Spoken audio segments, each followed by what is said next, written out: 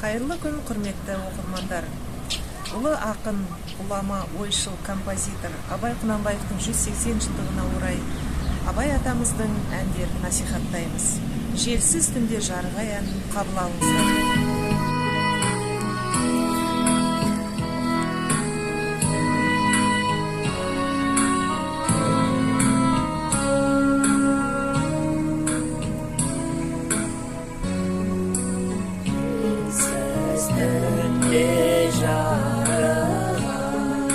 Sövgüsü sola